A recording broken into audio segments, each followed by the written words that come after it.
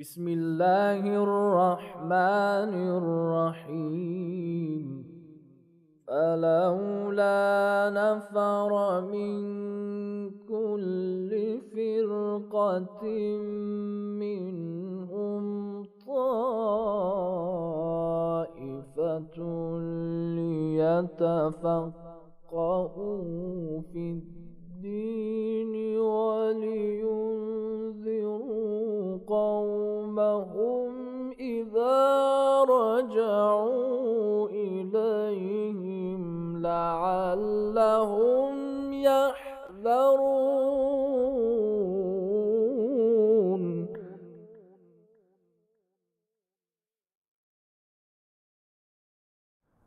اعوذ باللہ من الشیطان الرجیم بسم اللہ الرحمن الرحیم وبہ نستعین وہو خیر ناصر ومعین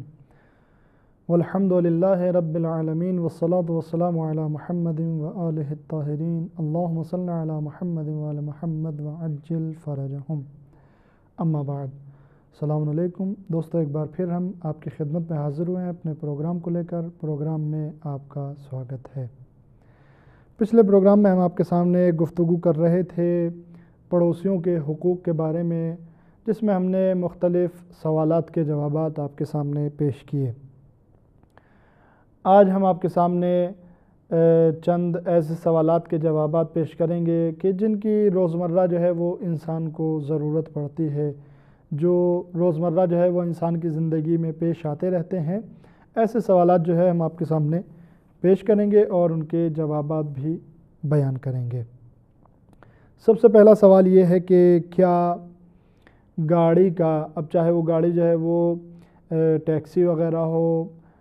کار وغیرہ، یا جو ہے جن گاڑیوں سے سامان ڈھویا جاتا ہے ایسی گاڑیاں ہوں، کیا ایسی گاڑیوں کو جو ہے وہ سڑک پر پارک کرنا، سڑک کے کنارے پر جو عام طور پر گاڑیاں پارک کر دی جاتی ہیں یا گلیوں میں لوگ جو ہے وہ گاڑیاں لا کر کھڑی کرتے ہیں، تو کیا گاڑیوں کا سڑک پر کھڑا کرنا، یا جو ہے وہ عام طور پر دیکھا جاتا ہے کہ جب کسی کے یہاں مکان وغیرہ بنتا ہے تو بعض اوقات جو ہے وہ سڑک پر اس کا مصالحہ بنایا جاتا ہے. مثال کے طور پر جو ہے وہ اگر کچا مکان بن رہا ہے، جب پہلے زمانے میں بنتے تھے تو اس میں جو ہے وہ مٹی، اس میں پانی جو ہے ڈالا جاتا تھا اور ایک گول دائرے کی طرح بنا دیا جاتا تھا. یہ کام عام طور پر جو ہے وہ سڑک پر کیا جاتا تھا. یا اس زمانے میں جب مکان بنتا ہے تو ریت اور سیمنٹ وغیرہ اور جو بھی چیزیں ہوتی ہیں ان سب کو ملایا جاتا ہے. یہ کام جو ہے وہ سڑک پر کرتے ہیں. یا اسی طریقے سے کسی کے یہاں مکان بن رہا ہے تو اس نے مکان کا سامان جو ہے وہ سڑک پر خالی کر لیا، جیسے اینٹیں ہیں، ریت ہے، سیمنٹ ہے یا اور دوسری چیزیں ہیں. سوال یہ ہے کہ کیا یہ سارے کام انجام دینا جو ہے وہ جائز ہے یا جائز نہیں ہے؟ فقہا فرماتے ہیں کہ اگر ان کاموں سے جو لوگ سڑک سے گزر رہے ہیں ان کے گزرنے میں کوئی رکاوٹ پیدا نہ ہو تو ایسی صورت میں جو ہے جائز ہے، یعنی نہ رکاوٹ پیدا ہو نہ انہیں کوئی پریشانی ہو. لیکن اگر جو ہے رکاوٹ پیدا ہو جاتی ہے، یعنی کسی نے جو ہے وہ مکان بن رہا ہے اس کا اور اس نے جو ہے وہ اینٹیں سڑک پر ڈلوا دی ہیں، اب وہاں سے لوگ نہیں گزر سکتے ہیں. سڑک جو ہے وہ لوگوں کے آنے جانے کے لیے ہے، گزرنے کے لیے ہے، لیکن وہی کام نہیں ہو رہا ہے، لہذا جو ہے وہ اس کا اینٹیں اتروانا وہاں پر جائز نہیں ہے. مسالہ بنوا دیا ہے، پوری سڑک پہ پھیلا ہوا ہے،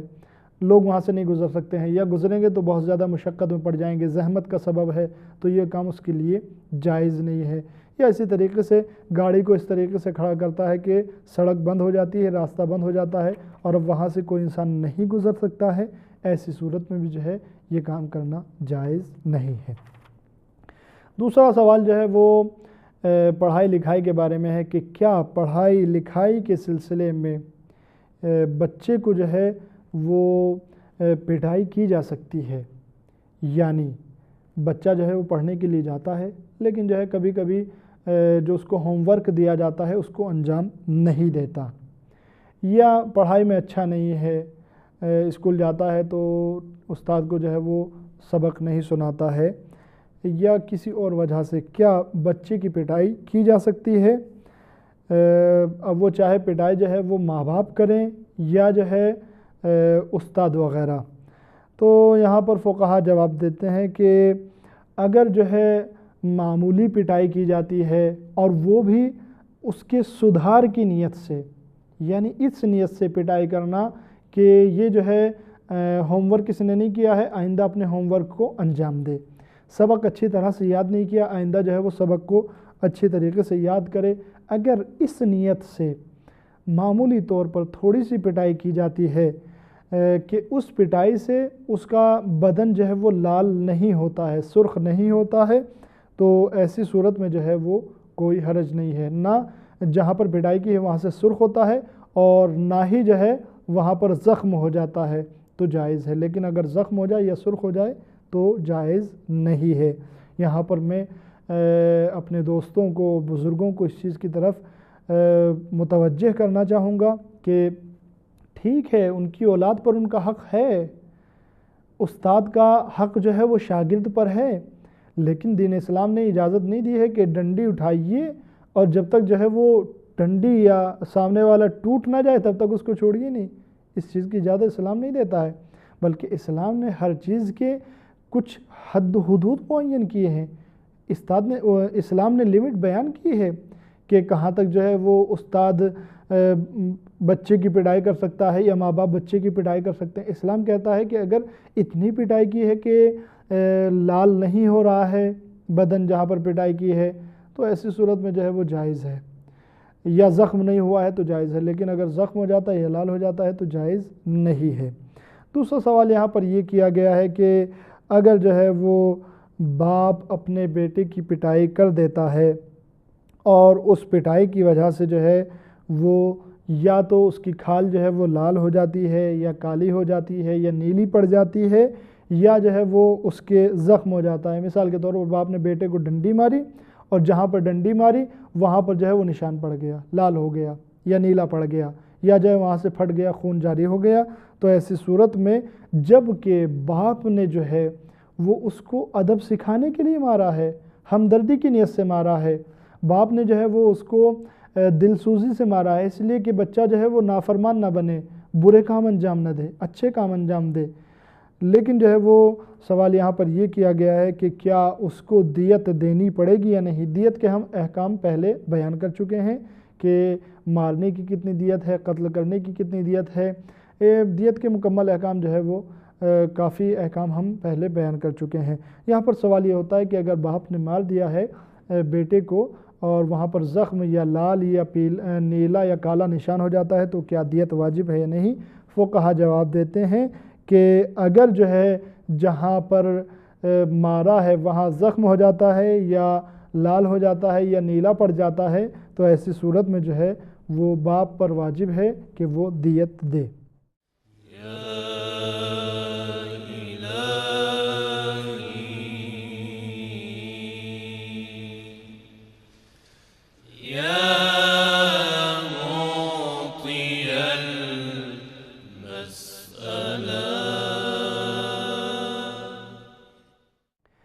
اس کے بعد جو سوال ہے وہ سوال یہاں پر یہ کیا گیا ہے کہ کیا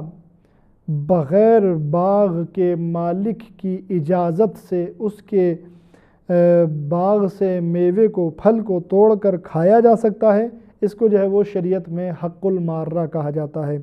سوال یہ ہے یہاں پر کہ کیا باغ کے مالک کی بغیر اجازت کے اس کے کھیت سے، اس کے باغ سے میوہ پھل توڑ کر کھایا جا سکتا ہے یا نہیں کھایا جا سکتا، حلال ہے یا نہیں ہے؟ اور جیسا کہ کہا جاتا ہے کہ کھانا حلال ہے، لے جانا حلال نہیں ہے، کیا یہ مسئلہ صحیح ہے اور اس کا کیا حکم ہے؟ فقہا یہاں پر جواب دیتے ہیں کہ اگر پیڑ جو ہے، پھل کا پیڑ جو ہے اگر سڑک پر لگایا گیا ہے، یعنی پیڑ جو ہے وہ سڑک پر لگا دیا ہے کسی شخص نے، تو وہاں سے جو ہے جو شخص گزر رہا ہے اگر وہ چاہے تو وہ اس پیڑ کے پھل کو استعمال کر سکتا ہے، یعنی توڑ کر کھا سکتا ہے، لیکن جو ہے وہ لے جانا جائز نہیں ہے، وہیں پر کھا سکتا ہے۔ اور کھانے میں بھی کتنا کھائے؟ کھانے میں اتنا کھائے جتنی کہ اس کو ضرورت ہو، جتنے میں اس کی بھوک مٹ جائے۔ یہ نہ ہو کہ یہ سوچے کہ آج تو فری کا مل گیا ہے، جتنا ہو سکے کھا لے، چاہے پیٹ میں جگہ ہو یا نہ ہو، گنجائش ہو یا نہ ہو، بلکہ جو ہے وہ صرف اتنا کھا سکتا ہے کہ جتنے سے اس کی بھوک مٹ جاتی ہے اور لے جانے کا ادھیکار بھی اس کو حاصل نہیں ہے۔ اس کے بعد جو ہے وہ دوسرا سوال یہ کیا گیا ہے کہ کہ اگر کوئی انسان جو ہے وہ بچپن میں کسی کے پیسے اٹھا لیتا ہے، کسی کے پیسے چرا لیتا ہے، تو بڑا ہونے کے بعد وہ اس گناہ سے جو اس نے انجام دیا تھا، یعنی کسی کے پیسے اٹھا لیے تھے یا کسی کے باغ سے بغیر اجازت کے جو ہے وہ پھل توڑ لیے تھے یا کسی کے کھیت سے کچھ اٹھا لیا تھا،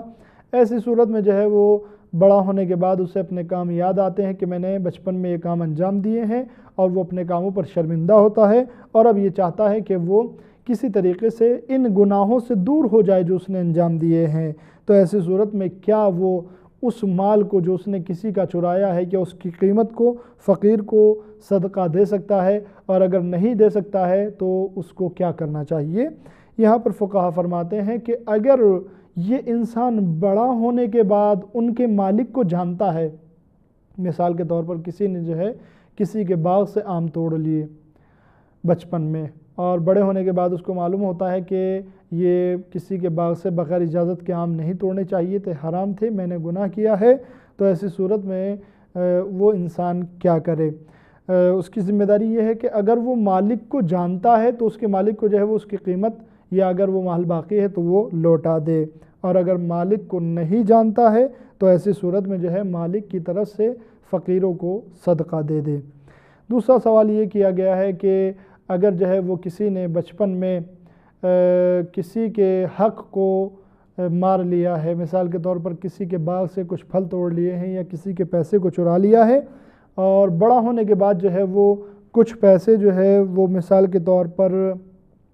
یتیموں کو دے دیتا ہے، یا یتیموں کے لیے جو خاص اکاؤنٹ کھلوایا گیا ہے اس میں ڈال دیتا ہے، یا اسی طریقے سے جو لوگ جنگ میں لڑنے کے لیے گئے ہیں ان کے خرچ کے لیے دے دیتا ہے،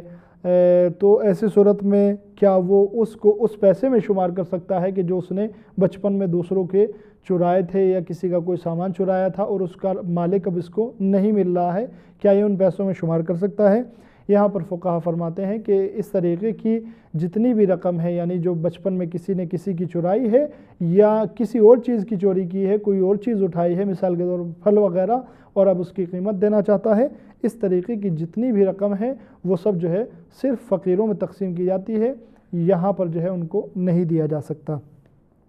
اس کے بعد کا سوال جو ہے وہ استخارے کے سلسلے میں ہے۔ استخارے کے بارے میں جو ہے وہ اکثر لوگ جانتے ہیں کہ جب انسان کسی کام کے لیے جو ہے وہ پریشان ہوتا ہے کہ انجام دے یا انجام نہ دے، مشورہ بھی کر لیتا ہے لیکن تب بھی جو ہے اس کی پریشانی دور نہیں ہوتی ہے، ایسی صورت میں جو ہے عام طور پر لوگ یہ کرتے ہیں کہ یا تو خود استخارہ دیکھتے ہیں یا دوسرے لوگوں سے استخارہ دکھواتے ہیں، مثال کے طور پر علماء وغیرہ سے۔ تو اس کے سلسلے میں جو ہے یہاں پر ایک سوال کیا گیا ہے، اس کا جواب ہم آپ کے سامنے بیان کریں گے۔ سوال یہ ہے کہ کیا استخارہ صحیح ہے؟ یعنی استخارہ جو دیکھا جاتا ہے کیا یہ صحیح ہے؟ اور اگر کسی نیک عمل کے لیے استخارہ دیکھا ہے لیکن وہ استخارہ جو ہے وہ برا آ جاتا ہے، یعنی استخارہ آتا ہے کہ اس کام کو انجام نہ دیں، تو کیا استخارہ جو ہے وہ عمل کا معیار ہے؟ یعنی کیا استخارے پر یقین رکھنا اور اس کے مطابق عمل کرنا جو ہے وہ ضروری ہے؟ فقہا یہاں پر جواب دیتے ہیں کہ استخارے پر یقین رکھنا اور اس پر اعتقاد رکھنا یہ اصول اعتقاد میں سے تو نہیں ہے، یعنی اعتقاد کی جو اصلی جڑیں جو ہیں ان میں سے نہیں ہیں، جیسے اصول دین ہیں، اس میں جو ہے توحید ہے، عدل ہے، نبوت ہے، یہ ان چیزوں میں سے تو نہیں ہے کہ اس پر جو ہے وہ اعتقاد رکھا جائے۔ لیکن جو ہے اگر کوئی انسان پریشان ہے، مشکل میں گرفتار ہے اور وہ یہ سمجھ نہیں پا رہا ہے کہ کیا کام انجام دے، کس طریقے سے کام کو انجام دے، اور اس موقع پر استخارہ دکھواتا ہے، تو بہتر اس کے لیے یہ ہے کہ جو استخارہ آیا ہے اسی کے مطابق عمل کرے، یعنی اگر برا آیا ہے تو اس کام کو انجام نہ دے۔ دوستو ہمارا آج کا پروگرام یہیں پر تمام ہوتا ہے، اگلے پروگرام میں پھر آپ کے سامنے حاضر ہوں گے، اور اگلے پروگرام میں کچھ اور ایسے مسائل آپ کے سامنے بیان کریں گے کہ جو روزمرہ کے مسائل میں شمار ہوتے ہیں۔ تب تک کے لیے آپ سے خدا حافظ چاہتے ہیں۔ السلام علیکم ورحمۃ اللہ وبرکاتہ۔ أسألك يا رب قلبا سليما ولسانا صادقا، وأستغفرك لما تعلم وأسألك خير ما تعلم وأعوذ بك من شر ما تعلم، فإنك تعلم ولا نعلم وأنت علام الغيوب، برحمتك يا أرحم الراحمين.